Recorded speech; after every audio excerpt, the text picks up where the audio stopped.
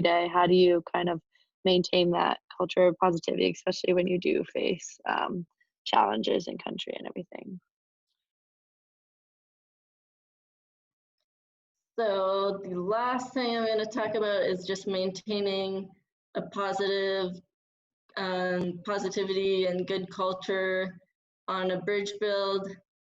And I really just have one point here, and it's just that as a leader, you're contagious. So just always being mindful of your own positivity or negativity towards the project, and trying to just stay positive despite material delays, despite all the frustrations that there are on a bridge project, not letting those things get you down, because if you get frustrated or down about the project, that will impact the rest of your team. So just trying to maintain a good positivity and culture within your team really just comes from how you're feeling and your perspective on the project.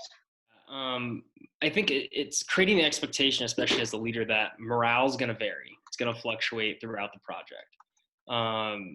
What I often have seen is that teams will get into country, morale is really high, everybody's excited, and it's great. And then you get into your first several days of work, maybe a week goes by, everyone starts to get tired, maybe some people get sick, morale kind of dips.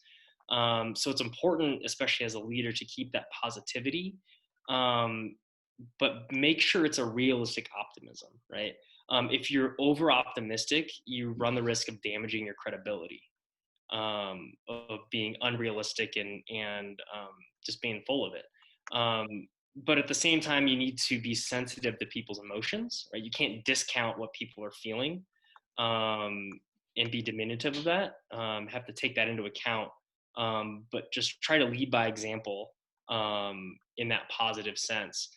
That being said, there's going to be times where, as a leader, you're going to need some help too, right? It's not all on your back to carry the torch and be that, that beaming, optimistic light. Don't be afraid to ask for help from your team too. I think it's really important to take time to rest. I think that with tight project schedules, sometimes, the tendency is to push through and work really late hours and get up early and work on Sunday and work on holidays and do whatever you can so you can get to a certain stage in bridge construction. And I completely understand that. We did the same thing when we were a student team. But I remember very distinctly going on a mini vacation to La Paz one weekend, and we had split the team because we didn't want to stop construction. So we sent half the team one weekend to La Paz and the other half the next weekend. But even those 3 days of just resting, just being away and having time to recover and take care of ourselves was super important, and something that I was almost reluctant to do.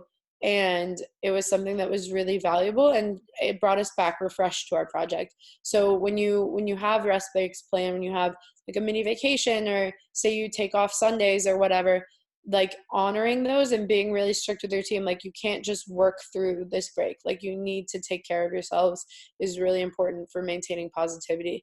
And then just having a good attitude all the time. If one person on the team is down, it's going to affect everybody. So when you can, just maintaining positivity in your personal life, you have one thing that you talk to, or you call your mom or whatever it is.